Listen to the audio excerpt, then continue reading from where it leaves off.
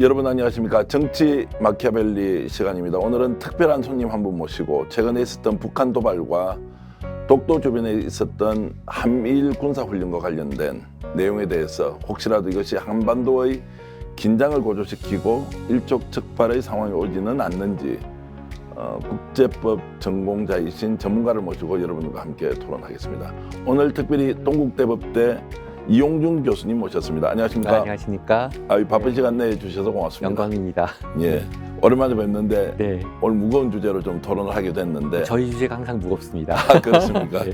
이제 보시는 시청자분들이 지금 여러 가지 네. 한반도 주변의 정세를 좀 더 네. 이제 잘 알고 이해할 수 있도록 좋은 설명 부탁드리겠습니다. 예, 최선을 다하겠습니다. 그 동국대법대 교수로 가신 지가 오래 되셨죠? 뭐 2004년부터 동국대법대에서는 교수직을 그러면 한 하고 있습니다. 18년 거의 정도 20년 하시고. 정도 되고 있습니다. 그리고 지금 하고 계신 일이 이제 이준 국제법 연구원의 네. 원장을 하고 계시던데. 예, 뭐 그 독립된 그 학술 단체입니다. 학술지를 내고 있고요. 뭐 여러 가지 그 국제법에 관련된 그 연구 활동을 진행하는 그런 단체입니다. 여기서 이제 이준 국제법 연구원 하면 이준은 우리 이준 열사 네, 말씀이죠? 제가 이제 헤이그에서 공부를 해갔고요. 예. 그래서 이제 국제법을 공부하는 학도들이 지향해야 할 그런 어떤 모델이 어떤 어른이실까 생각하다가 또 우리 이준 열사를 모시고 이렇게 한번 그 정신하에서 연구를 진행해 보자 그래서 독립된 그 아주 피올리 아카데믹한 그 순수 학술 단체입니다. 그 이준 뭐 우리 역사책에서 많이 봤지만 네네. 그래도 지금 기억을 좀 되새기기 위해서 예. 되살리기 위해서 네. 간단히 좀 설명해 주시면 어떤 분이셨어요? 1907년에 이제 제2차 만국 그 평화회담에 고종 황제의 그 특명을 받고 그 이상설, 이휘종 두 분 특사와 함께 이제 비밀리에 우리 그 나라의 그 자존과 독립을 설파를 하셨죠. 거기 가서. 그리고 결국은 이제 분사하신 어른이십니다. 예. 그래서 예, 우리한테는 아주 그 어떻게 보면 뭐 법학자로서 또 법률가로서 가장 해야 될 일을 하신 분이라고 생각을 합니다. 이준 열사에 대해서는 다음에 기회에 있으면 우리가 그렇게 좀 더 하시죠. 심도 예. 있는 논의를 좀 하기로 네네. 하고요. 교수님이 주로 활동하시는 거는 이제 영어 원서로 그 원문으로 네. 해외 학술 논문 이런 것도 굉장히 많이 발표하시던데 주로 어떤 내용으로 활동을 많이 뭐 하십니까? 대부분 이제 국제 공법 쪽이거든요. 안보 문제라든지 뭐 예. 인권 문제라든지 통상이나 이런 식의 국가와 국가 사이의 그 관계들을 이제 규율하는 그런 문제에 대한 연구를 하고 있고요. 그 특성상 사실은 좀 더 많은 사람들이 읽어야 하다 보니까 우리 말로도 좋지만 가능하면은 외국 사람들도 설득하기 위해서는 가장 많이 통용되는 언어를 쓰다 보니까 이제 그렇게 됐습니다. 예, 어쨌든 뭐 그런 내용도 네. 다음 기회가 있으면 아, 꼭 예. 한번 시간을 내주시면 말씀을 네. 좀 듣고 싶습니다. 하여튼 오늘 이제 좀 무거운 주제긴 하지만 네. 뭐 저는 솔직히 말씀드리면 겁도 좀 나기도 하고 북한이 네. 저렇게 뭐 연일 미사일을 쏴대고 네네. 또 독도 근해에서는 국민들한테 공개도 하지 않고 한미일 군사 훈련을 예. 하고 이제 이렇게 했습니다. 네. 많이 놀라지 않으셨나요? 뭐 통상 있었던 일이라서 예. 사실은 저희는 뭐 그렇게 놀랐다기보다는 그래도 좀 예의 주목하게 되죠. 예. 네. 근데 이제 단도직입적으로 좀 여쭤보면 네. 혹시라도 북한이 이렇게 미사일 쏘고 네. 한미일이 군사 훈련을 하게 되면 네. 전쟁이 혹시 일어날 수도 있느냐 또는 국지적 도발 같은 것이 되어서 네. 지금은 약간 좀 무디기는 하지만 네. 이게 그냥 쇼잉 한다는 거 있죠. 보여주기 식으로 네. 지금 하는 네. 것이냐 아니면 실제 상황이 벌어질 수 있는 것이냐 이게 지금 국민들이 가장 궁금해하는 것 같습니다. 그러시죠. 예. 어떻습니까? 지금 현재로서는 이제 물론 국가 안보는 100%가 없지 않습니까? 120%여야 되는데 뭐 240%여야 되고. 근데 이제 전쟁의 징후가 구체적으로 드러나지는 않습니다. 그래서 아직까지는 그 단계까지는 안 간 것 같아요. 예. 뭐 예컨대 전쟁의 징후가 있으려면은 미국 항모 전단이 저거보다는 더 전진 배치돼야 되는데 현재로서 미국 항모 전단도 그렇고 뭐 일상적인 그냥 공동훈련 정도이기 때문에 그렇게 아직은 전쟁의 임박성까지는 아닌 거로 판단되고 있습니다. 그렇다면 이제 북한은 무력 시위를 하고 네. 여기에 대한 맞대응 성격으로 이제 한미일은 합동군사 훈련을 통해서 북한에게 이제 우리의 위력을 과시하고 네. 어쨌든 불장난 같은 네. 뭐 급격한 행동 같은 걸 하지 말라는 경고가 뭐 섞여 있다 이렇게 볼 수 있습니다. 그렇게 볼 수도 있는데 반대로 볼 수 있습니다. 이제 북한이 지금까지 2018년 이후에 계속 주장한 것이 한미 그 상호 통합 공동훈련의 그 중지였는데 이제 본격적인 훈련이 이번에 재개되니까 북한이 그에 대한 어떤 반응으로서 미사일 이제 시위를 한 게 아닌가 그렇게도 좀 보여집니다. 그 말씀은 네. 결국 한미일 군사 훈련을 하는 것이 자극이 되어서 북한이 오히려 맞대응 성격으로 뭐 미사일을 그렇게 볼 계속 수 쏘는 있죠. 도 그러니까 있고. 국제 정치라고 하는 거는 이렇게 내적 요인, 외적 요인이 있기 때문에 이렇게 네. 하나로 딱 답을 드릴 수는 없지만 일반적으로 생각하는 게 뭐 북한이 도발을 했고 그다음에 거기에 한미일이 막대응한다 이런 개념만은 아닙니다. 예, 네. 어쨌든 상호작용에 의해서 상호작용입니다. 무엇이 우선이라고 하는 걸 따지는 것이 크게 의미가 예, 없다는 맞습니다. 것이고. 일단은 이제 긴장이 고조되고는 있다고 봐야 되죠. 예, 어떤 네. 식으로 이제 관리할 것인지 지금은 맞습니다. 각국의 예. 자국의 이익을 위해서 어떻게 이제 그렇죠. 대응할 것인가 예. 굉장히 중요한데 예. 나왔던 또 이야기가 네. 핵무장론 이런 것들이 어이구, 갑자기 세상에. 이제 예. 집권 여당 무책임한, 쪽에서 예, 예, 나왔어. 이건 또 뭐냐? 아이고, 네네. 그래서 이것도 일종의 쇼잉으로 볼 수 있습니까? 그건 100% 아니면 쇼잉이죠. 쇼잉인데 아마 핵 문제는 제가 언뜻 뉴스에 들으니까 홍준표 대구시장도 뭐 NPT 탈퇴 말씀을 하셨다고 예, 예. 그러더라고요. 그렇게 모르시진 않을 겁니다. 네. 네, 그건 뭐 NPT 탈퇴는 거의 자유세계의 동맹 체제로부터 우리가 이탈하겠다는 소리거든요. 예. 그러니까 NPT를 탈퇴 시도만 갖고도 아마 우리 경제가 제 생각에는 뭐 2주 내에 아마 50년 후퇴할 겁니다. 예. 그 정도로 위험한 행동들입니다. 왜 위험합니까? 구체적으로 말씀 주시면. 제재가 유엔 제재가 들어가죠. 유엔 제재가 예. 들어오는 것이 이거는 뭐 실행 가능성도 없는데 그냥 네네. 뻥카를 내고 그런 있는 겁니다. 예. 것이고요. 유엔 제재를 아마 유엔 제재가 그 효과를 발휘하기도 전에 우리 경제가 그냥 다 다운돼 버릴 거예요. 그러면 우리가 지금 이제 집권 여당 국민의힘 쪽에서 네. 나오는 좀 강성 보수 정치인들은 네. 뭐 전술핵 배치하자 네. 또는 이제 미국으로 하여금 핵 우산을 좀 만들어서 예. 북한과 실질적으로 대응 관계가 예. 될 수 있도록 하자는 것도 좀 위험하다고 볼 수 있는 겁니다. 매우 위험한 거죠. 이제 전술핵을 배치하면은 북한으로 하여금 핵 개발에 정당성을 부여하는 거고요. 핵의 도미노가 동북아시아에서 이렇게 일어납니다. 굉장히 위험한 행동들이죠. 근데 국민의 정서로 보면 북한이 저렇게 핵무기 들고 네. 있다고 이제 주장하고 국제사회 네네. 인정하고 있지 않지만 네. 실질적으로 이제 핵무기를 보유하고 있다고 네네. 봐야 되지 않겠습니까? 예. 이런 위협 상태에서 우리는 그냥 가만히 있으면 어떻게 하느냐. 그러니까 다른 방법을 해야죠. 지금 방법은 지금 잘못된 겁니다. 다른 방법이 어떤 게 있습니까? 결론적으로 말씀드리면은 북한의 핵을 지금과 같은 방식으로 계속 압박을 가해도 핵 없다는 북한이 핵 있다는 북한으로 바뀌었거든요. 네. 그렇기 때문에 결국은 이제 단계적으로 이걸 풀어나가야 되는데 몇 번 실수를 했어요.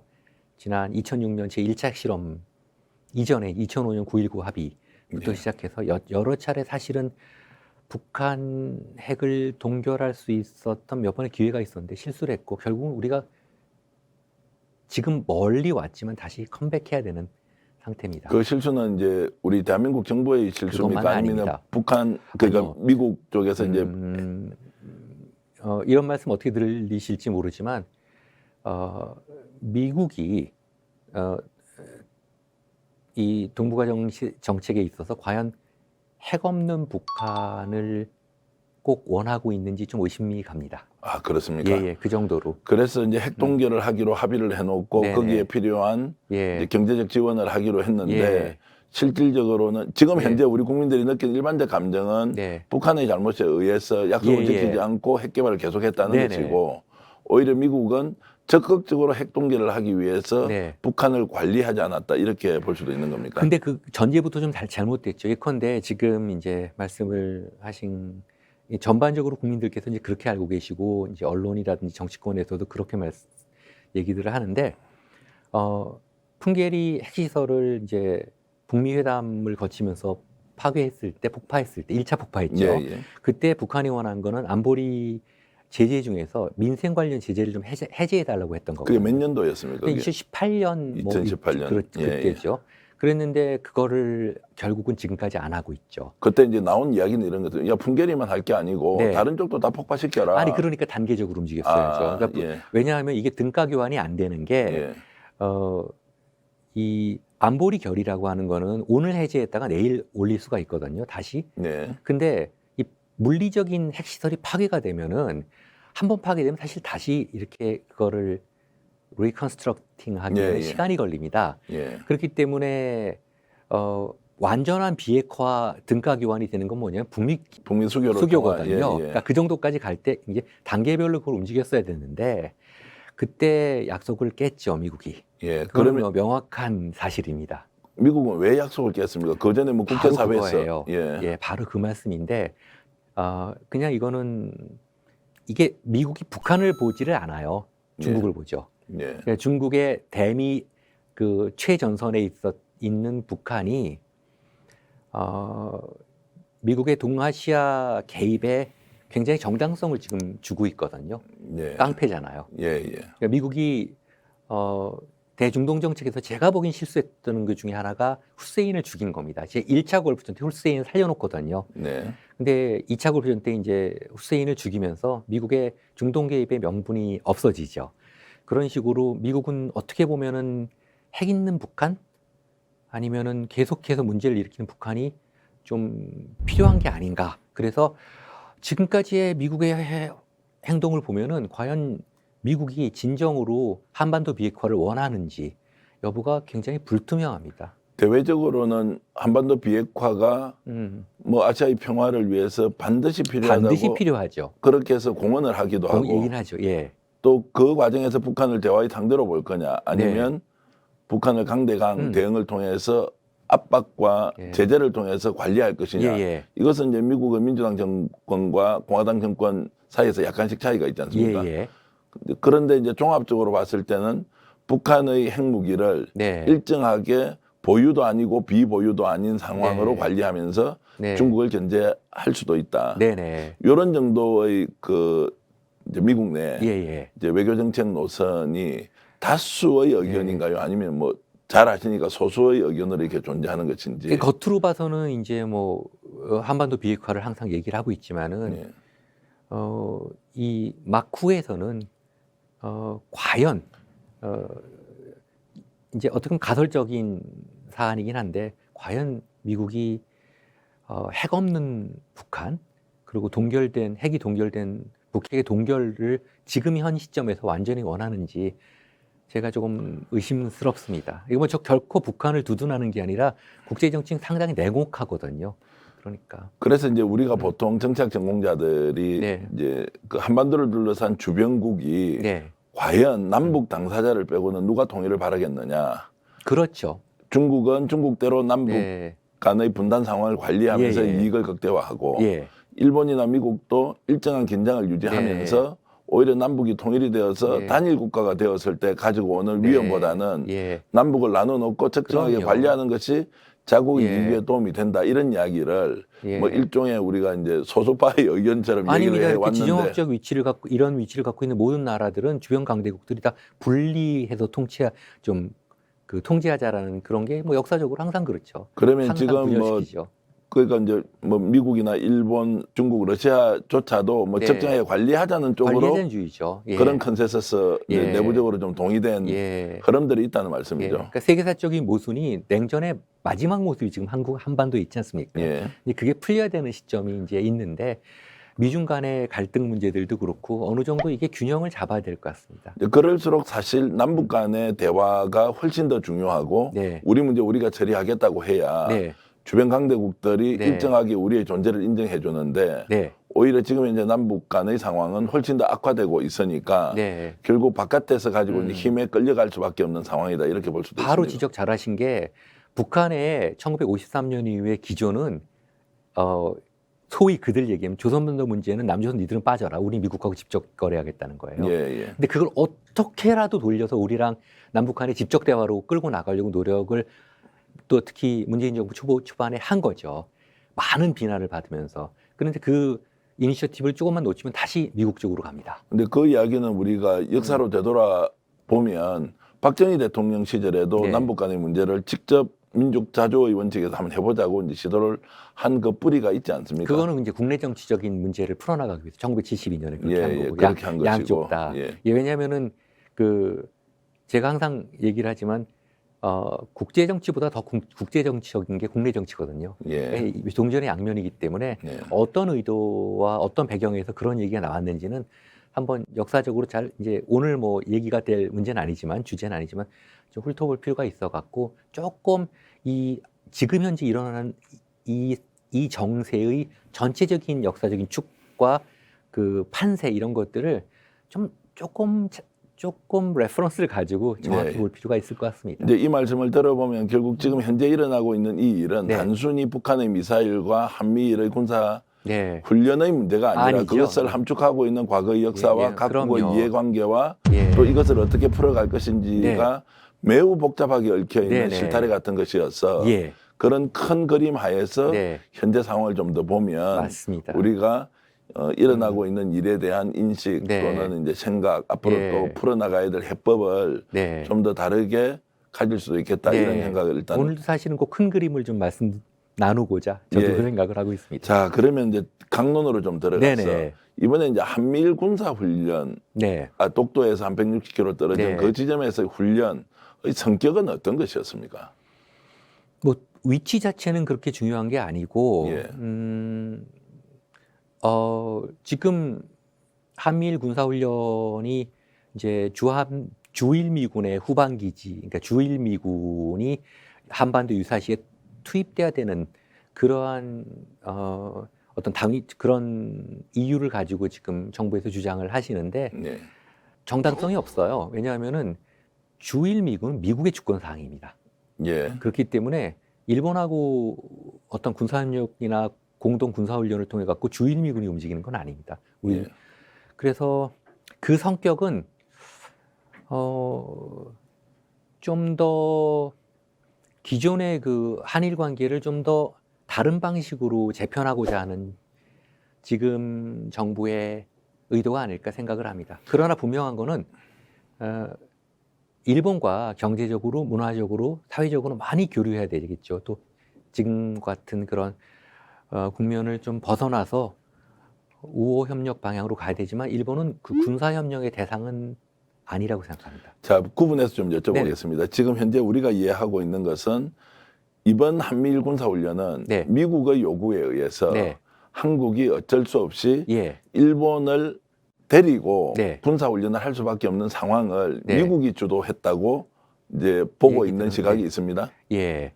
그런데 지금 말씀하신 내용은 오히려 한국이 네. 일본과 어떤 식으로든 교류를 강화하고 특히 군사 교류. 군사 교류를 예. 강화시키고 동맹을 맺기 위해서 네네. 오히려 윤석열 정부가 주도적으로 했을 수도 있다. 네네. 이 말씀으로 제가 이해를 저도 합니다. 그렇게 왜냐하면 윤석열 대통령이 유엔 가서도 자유를 수십 번을 외치셨는데 되게 위험한 발언입니다. 예. 프리덤은 자유는 좋죠. 우리도 추구하고 있는 건데 거기 문맥에서 자유는 잘못하면은 우리가 신냉전의 최전선에 설 수 있는 예. 그러한 지금 문맥 속의 자유거든요. 그러니까 이것도 보면은 한미일과 북중러가 70년대, 80년대 냉전식의 구도로 재편되는데 잘못하면 우리가 지정학적 위치도 그렇고 최전선입니다. 이제 그 문제는 앞으로 좀 두고 보면서 이것이 네. 미국이 주도해서 한미일 군사 훈련을 했느냐 네. 아니면 한국이 적극적으로 희망해서 이 훈련이 됐는지는 네. 앞으로 좀 잘 따져봐야 될 일이다. 그렇지. 양쪽이 다 나름대로 이해관계가 합치돼서 하겠지. 예. 국제정치에서 뭐 이런 문제들이 한쪽이 그냥 하자 그래서 할 수는 없지 않겠습니까? 자, 그러면 이제 좀 더 들어가서 일본의 군사 훈련이라는 것이 우리가 네. 자위대라고 이름을 쓰는 것은 네. 일본은 평화헌법을 만들 때 2차 네. 세계대전 이후에 너희들은 외국에 나가서 전쟁을 할 수 없다라고 네. 국제사회가 요구를 했고 자기들이 그렇죠. 헌법을 그렇게 만든 거지 만들었죠. 않습니까? 예. 그래서 이름이 군대가 아니고 자위대인 자위대입니다. 거죠. 예. 경찰은 아니니까. 네. 근데 이제 자위대의 이런 이제 군사적 활동이 군대로서 자신의 평화헌법을 위반했느냐 아니냐의 문제는 어떻게 봐야 됩니까? 글쎄 전수방위 개념에 의해서 그 위치를 봐야 되는 건데요. 요즘 뭐 일본이 해외 파병도 하고 그래서 자유대 1950년대, 60년대 그 평화헌법상의 자위대 개념과는 이미 사실상 군대화돼 있습니다. 군대화되어 있지만 외국에 네. 나가서 활동하는 것은 일종의 이제 평화 유지 네네. 활동이지 네. 실제로 전시 상황에서 참여해서 음. 뭐 총이나 대포를 쏘면서 전쟁하는 것은 아니죠. 안 되죠. 예, 예. 그런 안 되는데. 그런데 이제 자기들은 평화헌법을 개정하기 위해서 네. 끊임없이 대외적으로 군사력을 활용하고 과시하고 네. 이게 이제 일본의 제국주의 본성을 숨기지 못하는 그렇죠. 원래 DNA다. 네네. 이런 것 때문에 끊임없이 우리하고는 이제 과거사 갈등이 네. 이제 이어지고 있는 거지 네, 않습니까? 그렇습니다. 그러면 이제 이번에 일본에서 저렇게 했던 것은 군사적 활동으로 볼 것이냐 말 것이냐의 봐야죠. 군사적 당연하죠. 활동이다. 예, 그럼요. 굉장히 적극적인 훈련을 했지 않습니까? 이번에 사실 미사일 문제들도 그렇지만은 제가 북한을 두둔하는 게 결코 아니라 미사일을 쏘지 않을 수 없는 상황을 만들어 버렸어요. 이 지금 한미일 군사훈련의 그 한 축이 참수작전에 있었거든요. 예. 근데 김정은 입장에서 봤을 때 나를 목을 따러 온다는데 아무것도 안 하고 있으면은 더 깐이 보죠. 근데 그 전에 북한이 네. 이번에 훈련하기 이전부터 네. 계속 미사일을 좀 쏘아댔지 않습니까? 그 미사일과 이 미사일은 다릅니다. 아, 20몇 번 그렇습니까? 썼는데 그 전에 쐈던 미사일은 단거리 미사일에서 일종의 그냥 미사일 실험인데 이번 미사일들은 이제 좀 위협적이죠. 4,000km 이상 가니까 괌 기지를 타격할 수 있지 않습니까? 그러니까 이제 핵 운용이 가능한 장거리 네. 순항 미사일이 이제 최근에 쏘았지 않습니까? 네네네. 이제 이런 것들은 실제로 자신들이 위협을 엄청 느끼기 때문에 그런 거죠. 그리고 이제 그런 식의 과시도 하는 거고요. 그래서 그만큼 핵 타격이 가능하다는 얘기를 하는 거고 한마디로 말하면 굉장히 절실합니다. 미국과 대화하고 싶어갖고. 그렇죠. 네, 절실한 진짜 저게 되는 게 정말 그 지금 미국과의 대화 겉으로는 뭐 대화를 하지 않겠다고 하지만 미국과 직접 대화를 굉장히 지금 요구하게 되는 거죠. 그러니까 김정은 이제 위원장이 했던 말 중에 네. 최근에 이제 적들에게 보내는 명명백백한 경고다. 네, 이러면서 순항 미사일을 쏘았습니다. 네, 이 말의 이면에는 네, 정말 대화를 하고 싶은데 네. 내가 이거 하는 거 모르겠느냐 좀 이면을 읽어달라 이렇게 그렇죠. 해석할 수도 있는 것이죠. 나 아파 지금 그런 거예요. 그렇죠. 예, 그래서 마치 좀 대화하자. 전쟁을 일으킬 것처럼 저렇게 예, 하지만 그렇게 절박하게 대화를 네. 원하고 있는데 네, 이제 미국 쪽에서는 대화를 적극적으로 할 수 있는 네, 상황이 아닌 것입니까? 아니면 바이든 행정부가 네. 북한하고는 아예 그냥 적대적 관계를 계속 유지하겠다 이렇게 가는 겁니까? 미국에 좀 제가 뭐 백악관하고도 통하는 라인이 있어 물어보니까 예. 저 선거 때문에 바빠갖고 정신 없대요. 북한이 무엇을 하든 뭐를 하든 지금 정신 없답니다. 그거는 예. 최근에 들은 게 아니라 지난 봄부터 아무것도 안 할 거라고 지금 예. 미 바이든 행정부는.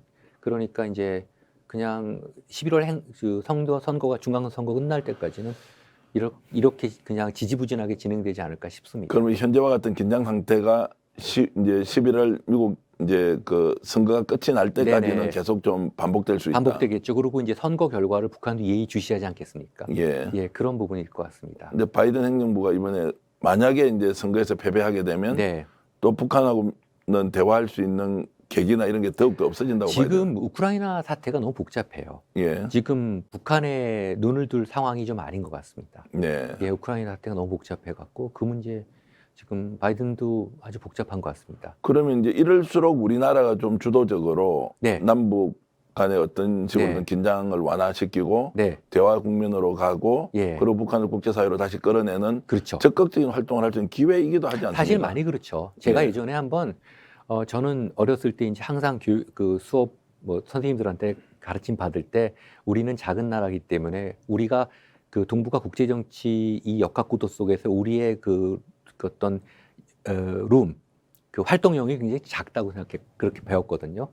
근데 제가 한 2년 전에 좀 뭐 예전에 뭐 외교 장관 하시고 또 한 분은 또 청와대 뭐 수석 이렇게 하신 분들 하고 한 말씀 나눴는데 굉장히 황당했습니다. 야, 저런 생각을 하고 대한민국이 지금까지 주권이 유지될 수 있다니 그러면서 열심히 하면 우리가 룸이 있구나. 근데 우리가 룸이 없는 줄 알았어요. 근데 열심히 하면 룸이 있겠더라고요. 왜 저렇게 생각하는데도 나라가 이 정도 주권이 유지가 된 거예요. 그 생각이 어떤 것이었습니까? 그건 방송에서 밝히긴 뭐하는데 예. 완전히 그야말로 우리는 아무것도 할 수 없고 그냥 이런 정도 생각을 가지고 뭐 저 외무장관을 하시고 얼마 전에 뭐 청와대에 중요한 역할을 하셨더라고요. 이제 그 말씀은 제가 굳이 해석을 하자면 예. 강대국 사이에 끼어 있는 대한민국이 나서봐야 얼마나 나설 네. 것이며 우리 문제 해결한다고 해서 네. 4대 강국이 우리한테 뭐 이렇게 예. 저렇게 해버리면 우리는 뭐 예. 그냥 그 네. 뭐 고래 싸움에 새우 등 터듯이 제일 싫어하는 말입니다. 제가. 예, 이제 그런 이제 존재이니 우리가 할 수 예. 있는 게 현실적으로 없다. 네. 전형적인 이제 그 그러니까 철밥통 공무원 마인드. 지금 보십시오. 뭐 그 무기를 그 유럽에 몇십 조씩 팔아먹는 나라예요. 이제 군사 대국입니다. 그렇죠. 예, 고래 싸움에 우리가 한 돌고래는 되죠. 냉정하게. 예. 그 세계 뭐 6, 7위의 군사 대국 그 정도의 그 국방비를 쓰고 있는데 그 고래 싸움에 새우등 터진다는 그 인식이 정부고 하여튼 이게 좀 외교계에 이렇게 만연돼 있는 것 같아요. 근데 국방력이 세계 6위 정도 되고 경제력이 세계 10위의 정도 대국인데 네. 그럼에도 불구하고 네. 아직까지 관료들은 네. 외교 문제에서는 대한민국이 약소국으로서 네. 우리의 주도적인 활동이 불가능한 것 아니냐라고 그렇게 예. 스스로 이제 네. 자기 비화를 하고 있다 이렇게. 50년 전 사고가 지금 가고 있는 거죠. 예.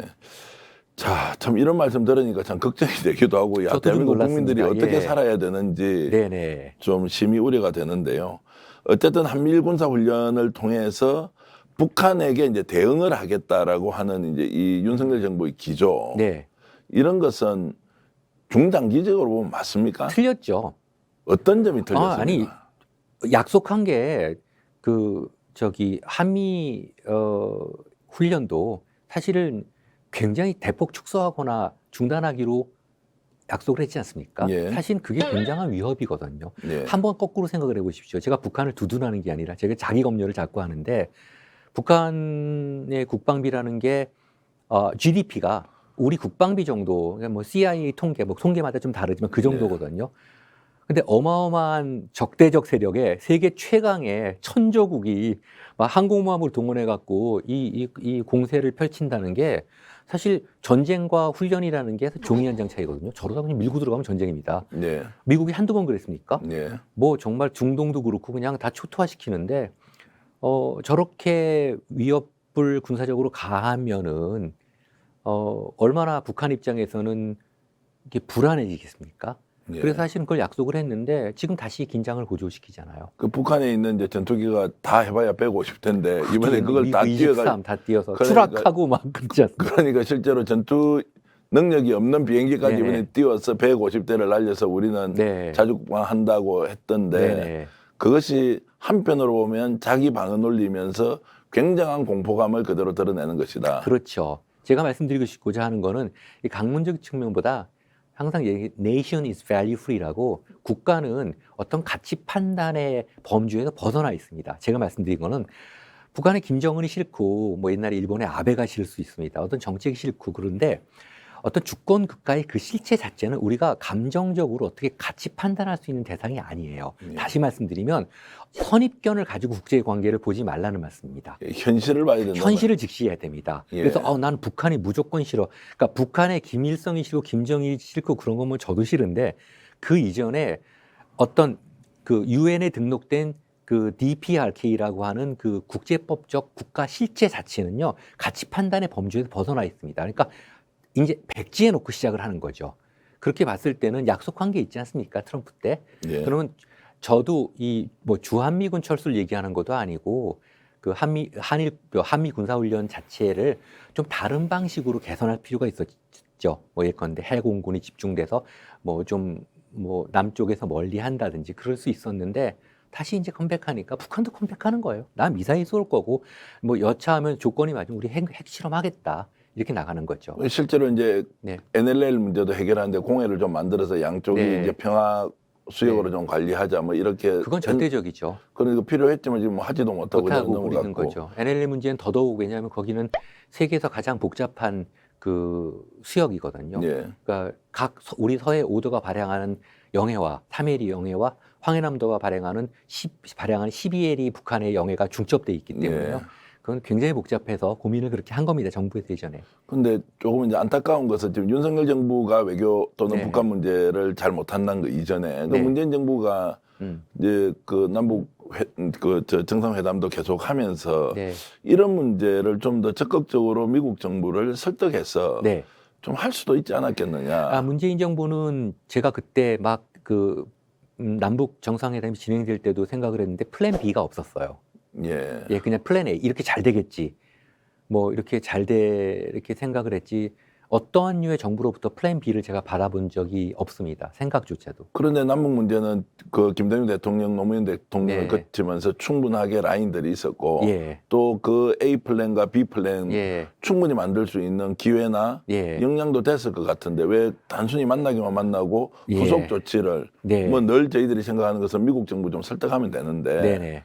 트럼프도 저렇게 그 스트롱맨 대통령으로서 네. 북한 문제를 좀 어떤 식으로 자기 자신의 네. 정치적 입지 강화를 위해서 강화를 위해서 이용해보겠다라고 이용한 했으니 예. 거기에 좀 우리가 올라타서 했으면 훨씬 더 나아졌을 것 네. 같은데 그런 좀 비판적 인식들이 뭐 좀 당연히 생기는 것 같은데요. 문재인 근데 정부에 이제 대해서도. 지금 그 문재인 정부의 각 외교팀들이 갖고 있던 한계가 제가 보기에는 예, 그 지구 정세 전체를 못 본 것 같습니다. 예, 이게 사실은 미국으로 움직일 때는요, 미국 하나만 그 접근해서 되는 게 아니라 영국, 프랑스로 움직여야 되거든요. 예, 그리고 중앙아시아 문제들도 있고. 예, 그러니까 이제 그거를 모르고 그냥 단순히 미국의 외교 정책에 많이 기대했던 것 같아요. 미국은 미국 나름에 움직이는 거지. 아까 말씀 핵 문제로 다시 돌아가면 뭐 요즘 뭐 정부가 이 확장 억제 문제들 예. 이런 얘기를 하는데 미국은 뿐만 아니라 어떠한 핵을 보유한 5개 어떤 국가, 특히 미국의 핵 정책은요 핵을 공유하지 않습니다. 그러니까요. 그건 절대적이에요. 그거는 있을 수가 없는 그럼에도 일이에요. 불구하고 지금 네. 이제 그 뭐 보수정당 국민의힘의 국회의원이나 자기 대선 주자들이 나와서 전술핵 배치하자, 미국에서 네. 핵 가져와서 우산 네. 씌워놓자.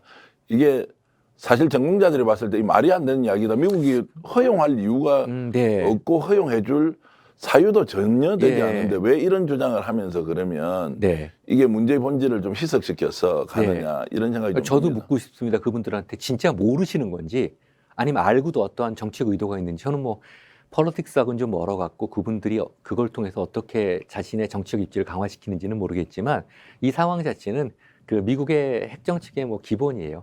옛날에 사드 배치할 때 그 배치하자는 측에서 그랬거든요. 미국이 배치해주겠다고 하는데 왜 그걸 반대하냐. 근데 사실 그 당시에 미 국방부가 한국 내 사드 배치를 위해서 하원에 제출한 그 예산 그 신청서를 보면 9천만 불 예상돼 있거든요. 네. 10억 불 들었는데, 그러니까 그거는 뭐 비밀 문서도 아니고 인터넷에 나와 있습니다. 예. 그러니까 다음 회계년도 국방부 한반도 사드 배치를 위해서 9천만 불 정도 있는데 한 10억 불 든다 그러니까 나머지 9억 불은 우리가 되는 거죠. 근데 여기서는 그냥 그렇게 돌아가고 있습니다. 미국이 갖다 배치해 준다는데 왜 그거 안 하냐. 지금 그런 식으로 이분들이 모르시는 건지 아니면은 알고도 무슨 다른 생각을 하시는지. NPT 탈퇴 같은 경우는 사실은 거의 코미디 수준이죠, 뭐. 코미디고 이제 그 네. 지금 NPT 탈퇴하자는 그분한테 네. 과거에 네. 이게 전술핵 배치가 안 된다 미국이 허용할 리가 없다고 네네. 하니까 그래서 우리가 정치하는 거 예. 아니에요. 그거 바꾸는 게 정치지. 예. 나 같으면 바꾸지. 국내 문제라면 바꿀 텐데, 그래서 미국을 바꿀 수 있을지 모르겠습니다. 공고한 미국의 핵 정책입니다. 이건 프린서플이기 때문에 제1의 프린서플입니다. 절대 핵은 누구와 공유하지 않는다. 그러니까 그게 예. 안 되는 이야기를 계속 드러내면서 네. 오히려 긴장을 고조시키고 네. 북한을 자극하고 이런 것이 네. 왜 이렇게 하느냐고 또 비판하면 야 너 또 북한 편이구나. 그런 너 건 김정은 편이구나. 그건 너 말도 안 좌파 되고. 빨갱이구나. 네. 이제 이렇게 막 몰고 가지 않습니까? 예. 이런 것들은 국제 정치를 좀 제대로 알고 보면 참 한심한 논쟁이다 이렇게 황당한 논쟁이죠, 뭐.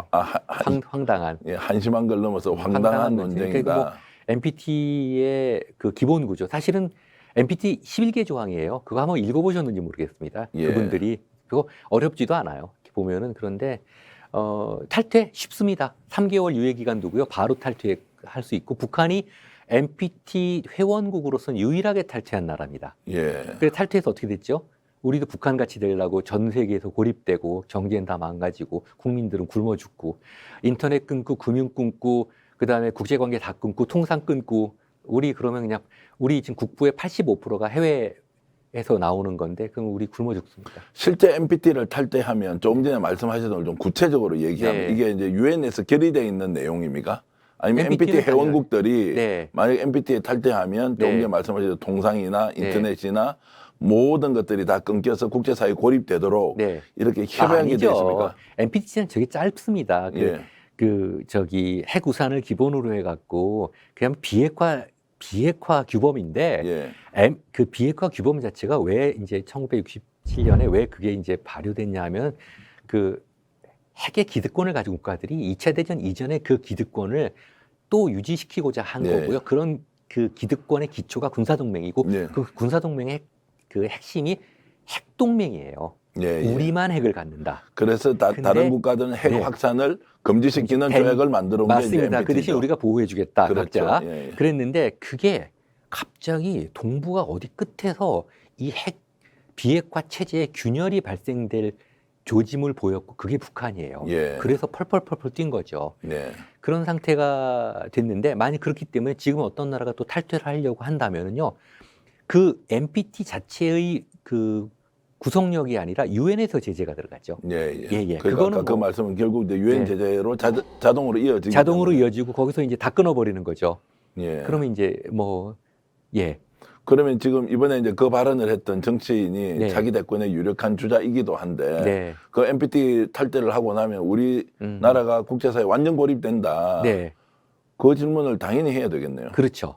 근데 그분이 NPT 탈퇴하자는 거는 자체적으로 핵 개발을 하자는 이야기하고 또 이어지지 않습니까? 마치 전술핵과 연결되는 거죠. 예. 예, 전략핵까지는 아니지만 전술핵과 연결되니까. 그러면 전술핵이라는 것을 미국에서 주지 않을 거니까 우리가 안 개발한 줍니다. 수밖에 예. 안 주는 아니 뭐 거- 개발은 가능한데 특히 이제 그 자체로 개발했던 파키스탄이나 북한이다 이런 나라들을 보면요, 자체 우라늄 그 광산이 있는 나라들이. 예, 예. 예, 그거 안 돼요. 그러면 이제 좀 예. 나누어서 보겠습니다. 하나는 NPT 탈퇴를 할 경우에 국제사회의 완전한 고립을 네, 자청하는 것이니까 나라가 망하는 나라가 거고. 망하는 겁니다. 자, 두 번째, 그러면은 NPT 탈퇴를 했다는 전제하에서 네네. 보면 미국에서 핵 무산이나 전술핵을 주지 않을 것이니 네. 우리가 자체적으로 핵 개발을 해야 되지 않습니까? 그렇죠. 만약 그렇다면 예. 그거는 가능합니까? 핵 개발을 기술적으로 하는 거는 아무 문제 아니죠. 예. 한국 정도 되는 나라가. 예. 아니, 그게 이제 국제사회로 동의를 받을 수 있습니다. 안 되죠. 무슨 동의예요?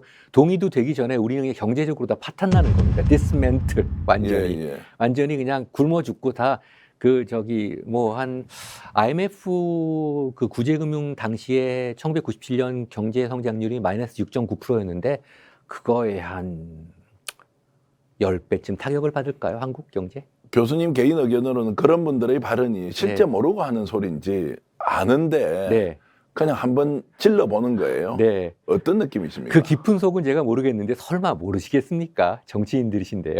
대권 주자도 나오시고 그랬는데 저는 그렇게 생각을 합니다. 설마 모르시겠어요? 그러면 결국 남북 간에 이제 대결 국면을 부추겨 가지고 네. 되지도 않을 일 하면서 국민들 정서 자극하고 아니면 지지층을 결집하기 위한 수단 아니겠습니까? 저는 뭐 국내 정치는 잘 모르겠습니다만 그런 수단으로 이걸 쓴다고 하는 것은 참 국익으로 봤을 때는 매우 황당무계한 주장이다. 상당무게한 얘기죠. 예. 연결돼 갖고 이번에도 그 우리 언론도 그렇고 정부도 그렇고 북한 미사일 도발이라고 하는데 이 문제는 그 도발이라는 언어 선택에 좀 신중을 기할 필요가 있습니다. 왜냐하면은 이 한반도를 둘러싼 이 상황을 오판시키게 하는 그런 단어예요. 그 말씀은 이제 북한에서 쏘아올린 미사일 때문에 네, 이것을 도발이라고 우리가 규정하는 순간 순간 우리가 맞대응을 군사적으로 할 수 있는 여러 가지 복잡한 오판 문제가, 상황이 생기는데 자꾸 도발, 그러니까 북한이 쏘면 도발이 되거든요. 우리가 이번에 4발 쏜 거, 미국하고 쏘은 거는 대응인데 예. 문제는 이 방향을 보고 결정해야 됩니다. 예. 예를 들어 북한이 우리 쪽으로 쐈다면 그건 도발인데 네. 이번에 동해에서 쏴서 이게 지금 그 홋카이도, 그 일본 북해도하고 그 본섬 그 사이를 날아갔거든요. 예. 그럼 그 방향을 보면은 일본 측에서는 그걸 도발이라고 볼 수 있을지 모르지만 우리한테 그거를 우리 입장에서 딱 도발이라고 규정하는 순간은 굉장히 그게 그 운신의 폭이 줄어듭니다. 만약 오판을 하게 된다면 네. 대한민국이 오판할 가능성이 있습니까? 일본이 오판할 가능성이 있습니까? 아니면 미국이 오판할 수도 있다. 아니, 상황을 이렇게 왜곡시킨다는 거죠. 예. 누구도 지금 오판에서 그거를 뭐 북한에 맞대응을 해갖고 뭐 무력적인 맞대응을 하진 않겠지만은 예. 또 우리도 쏠 때 또 뭐 강릉 쪽으로 쏘다가 이렇게 갑자기 뭐 문제가 생기고 그랬는데 그 이 상황을 어쨌든 저의 관심은 지금 한반도 평화예요. 예, 예. 그러기 위해서는 조금 이 상황을 냉정하게 놓고 풀어나가야 될 필요가 있지 않을까. 거기서 근데 우리가 처음부터 시작부터 오판을 해버리면은 그 다음부터 풀어나갈 길이 없거든요. 자, 그럼 이제 뭐 윤석열 대통령은 보수 정당의 대표로 대통령이 됐지만 네. 뭐 이분이 근본적으로 보수주의자거나 또 특히 뭐 극우주의 사상을 가졌다거나 이런 분이 아니잖아요. 네, 그건 잘 모르겠습니다. 저는 그 뭐 윤 대통령이 몰라갖고. 평소에 이제 예. 뭐 은행을 보면 뭐 자유도 강조하고 네네. 또 보편적 가치도 강조하고 네. 그 보편적 가치 안에 가장 중요한 것이 인간의 생명권에 대한 존중, 그렇죠. 그럼요. 평화 체제의 네. 유지, 그다음에 상호 발전, 네네. 협력 뭐 이런 것들이 굉장히 네. 중요한 보편적 가치지 않습니까? 갈등과 전쟁이라는 것은 오히려 예. 더 많은 피해를 주기 때문에 이기더라도 이길 수 없는 것이다. 네. 이제 이렇게 되어 있는데 왜 지금 북한 문제와 관련해서 이분이 네. 이런 강경 노선으로 가고 있느냐? 네. 참모를 잘못 두고 있다. 단순히 그런 게 아니겠죠. 아닙니까? 단순히 참모가 아니라 그 그 참모도 그렇지만은 그 외교안보 팀을 둘러싼 거대한 세력이 있다고 생각을 합니다. 어떤 세력입니까? 어떤 세력이냐 하면은 대한민국을 다시 원점으로 돌리고자 하는 세력이죠. 그 원점이라고 하면 어떤 것입니까? 이승만이 만든 그 대한민국. 어떤 대한민국입니까? 이승만이 주도가 된 그 대한민국으로 다시 가고 싶으신 거죠. 이해가 안 돼서 제가 이제 그렇죠. 계속 여쭤보는 것인데. 예, 그러니까 이승만이 어떤 대통령입니까? 그가 생각했던, 그가 그랬던, 물론 몇십 년 전이지만, 그러니까 예를 들면 이런 겁니까? 극단적 냉전 상태를 유지하면서 네, 반공으로 똘똘 뭉쳐 있는 네. 나라에서 예. 어떤 경우에도 공산주의 사상이나 사회주의 사상이나 네. 이런 것들이 발도 디딜 틈을 주지 않고 네, 그 문제는 물론이지만 그 이면의 문제가 자신들의 기득권을 그런 방식으로 유지하고자 하는, 제가 이거 방송일에서 말씀드리기가 좀 예. 어려운 부분들이 있는데 예. 그런 식의 기득권들, 예. 그것을 다시 돌리려고 하는 것이 사실은 그분들이 원하는 궁극적인 종착점이 아닐까 예. 생각을 합니다. 그래서 지금 저렇게 일본어 가까워지려고 그 하는 말씀은 겁니다. 제가 해석을 하자면 이제 네. 과거에 이제 제국주의 역사에서 친일했던 사람들이 단죄받지 못하고 다시 살아나서 대한민국의 기득권이 되면서 반공 사상으로 무장해서 네. 친일주의자들이 반공주의자가 네. 되고 그들이 이제 뭐 군사 쿠데타를 통해서 정권을 네네. 잡고 이어왔던 이런 이제 네. 그 일종의 그런 이제 문제만 저는 이제 그거는 이제 흔히 말하는 예전에 이제 국내 정치에 대한 뭐 사상적인 문제, 그게 아니라 국제 정치적으로 두 가지 라인이 있는데 대표님 1953년 이후에 48년 이후에 예. 남도 북도 예. 정권의 주체 세력들이 유화적이고 평화적인 상대를 원했겠습니까? 아니면 적대적인 상대를 원했겠습니까? 적대적인 당연히 상대가, 적대적인 걸 원하죠. 그러니까 예. 자기 정책 입지를 강화하기 입지를 위해서 강화하기 위해서 그래서 그렇게 해서 그걸 저는 이제 그것을 적대적 균형이라고 이제 뭐 예. 제가 제 논문에도 그렇고 예. 학술 용어로 적대적 균형, 그러니까 hostile balance라고 표현하거든요. 예. 평화 공존이 돼야 되는데 적대적 균형을 계속해서 이끌고 나가려고 하는 거죠. 그 선에서 자신들의 정치적 기득권이 유지되는 거고 거기에는 일본도 끌고 들어와야 되고 미국도 끌고 들어와야 되는 거죠. 이제 통합보다는 분리를 원하는 그러한 어떤 거대한 정치적 세력, 제가 어떤 뭐 그것이 꼭 국민의힘이라고 말씀드리는 게 아닙니다. 그러한 세력들이 요구하는, 그렇게 궁극적으로 그리고자 하는 나라의 모델이 지금 투영되고 있는 게 아닌가. 제가 윤석열 대통령을 예를 들자면 그분의 경력으로 봤을 때 주로 검사를 하신 분인데 예. 그걸 깊이 있게 그런 외교 정책까지 이해하신다고 생각은 안 해요. 예. 근데 그 뒤에 이제 외교안보 팀들이 지금 계신 분들도 그런 분들이에요. 저도 개인적으로 특히 안보실이 문제가 많다는 안보실이 이야기가 문제, 사실은 이 라인 갖고 뭐 김성환 안보실장님도 한 20년 전인가 그때 한번 그 세미나 때 좀 제가 논쟁을 벌인 적도 있거든요. 예. 근데 뭐 그런 방식의 그 적대적 균형을 계속해서 유지하고자 하는, 그렇게 해서 국내 정치적인 입지를 더욱 강화시키고자 하는 의사가 반영된 게 아닐까 생각을 합니다. 그러니까 어떻게 보면 가장 이제 손쉬운 방법이네요. 갈등과 긴장을 그럼요. 고조시키면서 네. 자국 내에 있는 네. 지지층을 결집시키고 그럼요. 그 긴장 상태에서는 계속 북한을 제압해야 되기 때문에 네. 일본과 미국을 통해서 그럼요. 군사적 압박을 행사하고 예. 이번에도 그러지 않습니까? 안보에 있어서는 여야가 없는데 왜 이렇게까지 야당이 이러냐고 하거든요. 예. 다양한 의견이 합쳐져서 사회적인 컨센서스를 이루고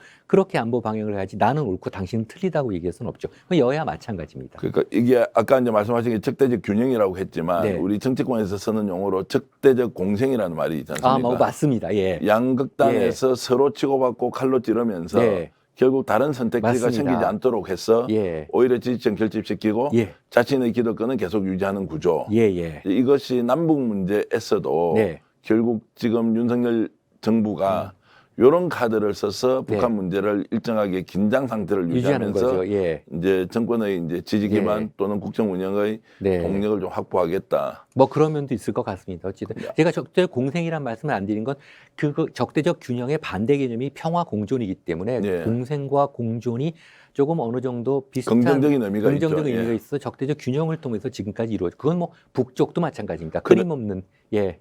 그러면은 이제 지금 윤석열 정부의 대북 정책은 네, 조금 전에 말씀하셨던 적대적 균형이라는 말로 그대로 적용을 하자면 네, 굳이 평화협력 체제로 가서 네, 미국 눈치 봐야 되고 일본 눈치 네. 봐야 되고 하는 것보다는 네, 오히려 미국, 일본이 원하는 네, 영구 분단론은 아니지만 네네. 지금 현재 분단 상태를 계속 유지하면서 일정하게 음, 긴장을 유지하는 것이 자신에게 그럼- 유리하다. 그런 프레임을 계속 다시 복원을 시키려고 한 거죠. 예. 그런 관점에서 보면은 예컨대 뭐 문재인 정부 때 있었던 남북 군사 합의라든지 아니면 남북한 간의 저 정상회담 같은 것들의 평화 선언 이런 이제 선언 같은 것들은 평행 선언은 굉장히 위험한 발상으로 멀리 가 있는 거죠.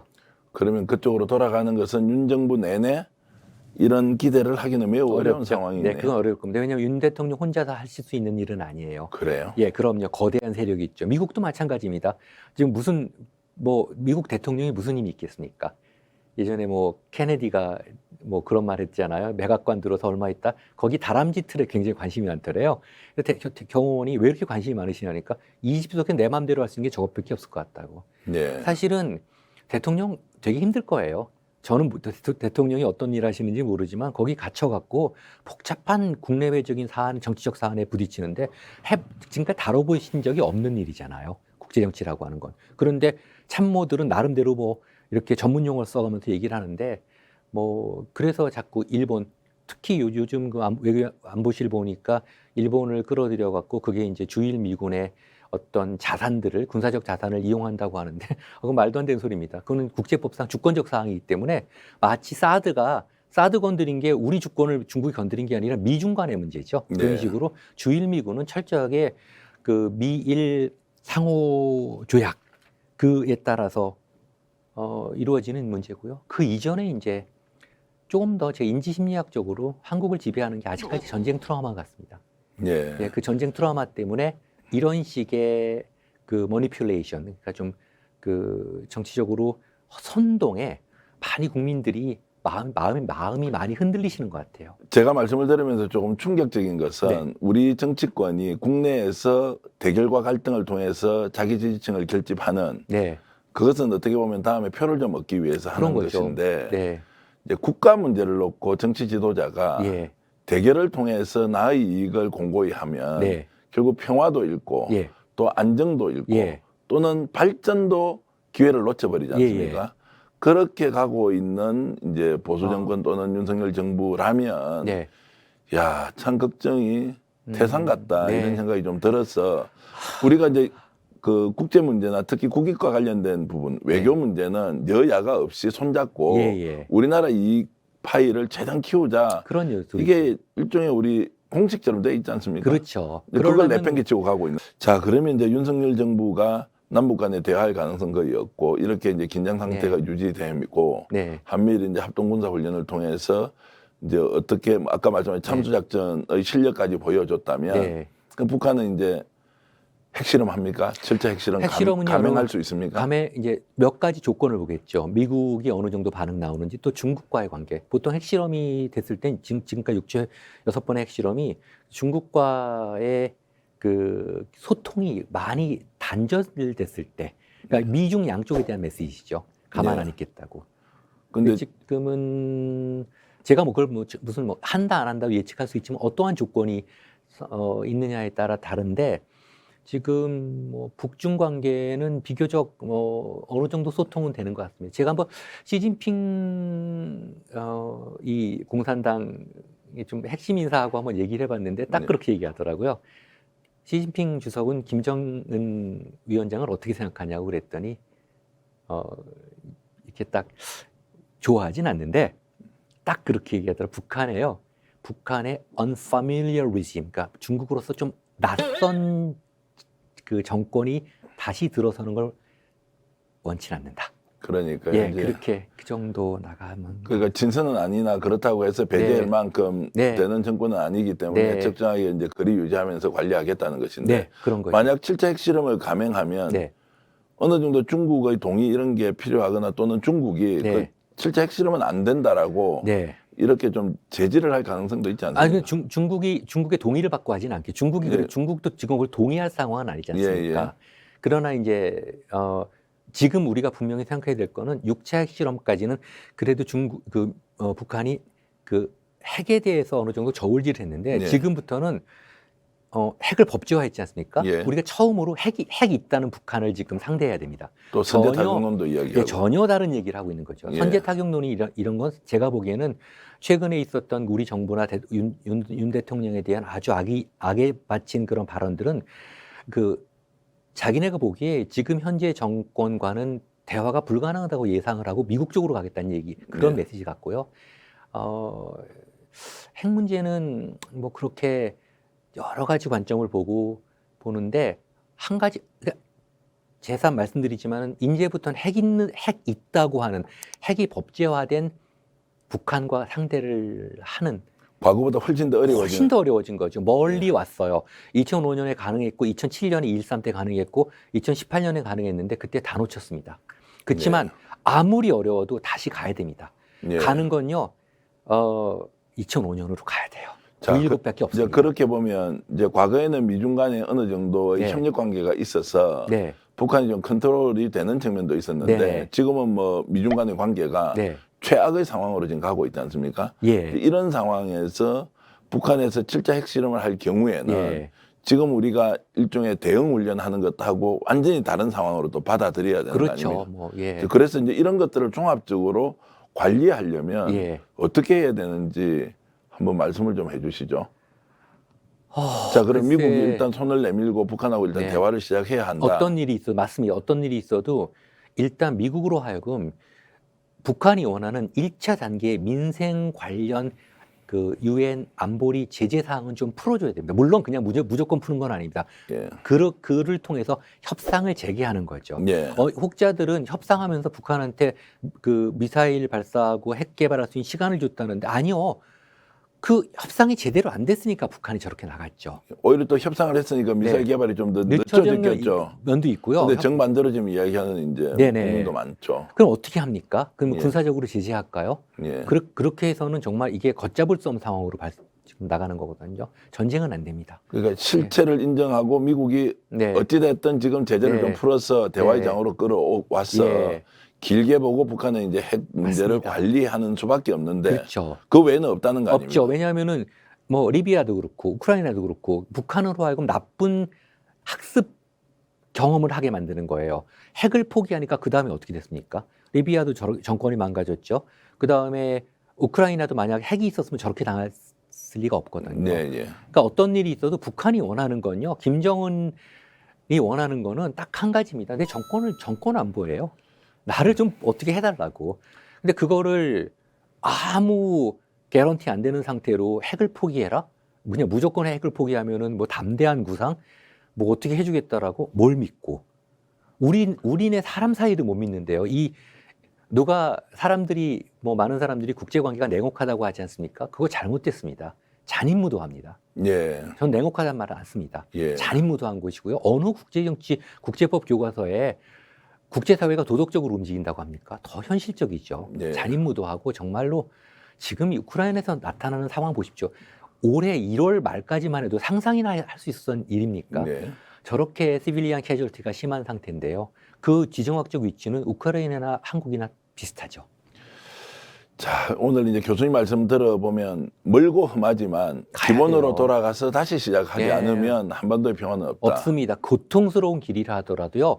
다시 가야 됩니다. 우리가 대전에서 부산 가려고 했는데 내비게이션 없이 잘못 가면 아침에 목포 떨어지지 않습니까? 네. 보통 사람 일은 목포에서 남해고속 타고 부산 가면 되는데 이 국제정치는요. 다시 대전으로 돌아와야 됩니다. 절대 그렇게 쉽게 안 됩니다. 어떠한 고통을 겪더라도 그래도 다시 돌아와서 다시 이제 이거를 풀어나가 봐야죠. 오늘 이런 말씀 들으면서 참 그 남북 간의 긴장은 고조되고 또 국제 정세는 훨씬 더 악화되는 상황에서도 네, 정말 기본으로 돌아가서 전쟁 없는 평화로운 나라, 평화로 예, 인간의 생명보다 더 예. 중요한 것이 무엇이냐 예, 이런 것들을 생각하면서 정치하는 사람들이 네, 나라를 이끌어 가야 한다 예. 이런 생각을 교수님 통해서 더 강하게 아유. 느끼고 있습니다. 뭐 우리가 어쨌든 이 시기에 대한민국에 사는 역사적인 부여받은 소명 아니겠습니까? 어떤 고통을 겪더라도 이 문제는 다시 들어가야죠. 철조망을 걷어내고. 너무 오래 지금 내년이면 휴전 70년입니다. 70년 동안 그 군사적 대치가 이렇게 강화된다는 건 세계에서 유례가 없어요. 어쨌든 그런 점들을 우리 시청자들이 일단 잘 네. 새겨서 다음에 누군가를 우리가 선출할 때 네. 그런 분들은 남북 문제를 네. 또는 아시아에서 대한민국의 주체적인 네. 자립을 위해서 어떤 노력을 하고 있는지를 네. 잘 따져서 네. 이제 선택할 수 있도록 좀 그런 기회를 갖길 바라고요. 시간 가는 줄 모르고 교수님 말씀 들었습니다. 그런가요? 다음 기회에 오해가 오셔서 없었으면 좋겠습니다. 오늘 제 말씀에. 예, 그리고 이번 있는 그대로 말씀하셨으니까 네. 시청자들이 잘 판단하실 것 같고요. 예.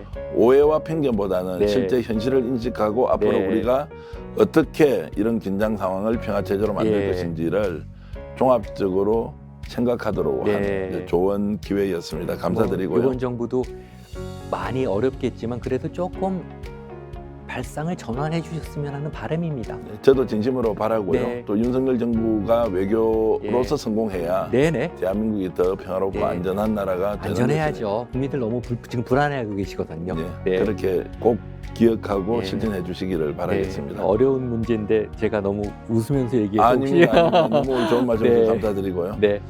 시청자 여러분 어떻게 들으셨습니까? 오늘 1시간 정도 대화를 통해서 여러분들이 좀 더 깊이 있는 이해와 판단을 하시기를 진심으로 바라고요. 또 끝까지 이렇게 시청해 주셔서 진심으로 감사하다는 말씀을 드리겠습니다. 고맙습니다. 네, 감사합니다.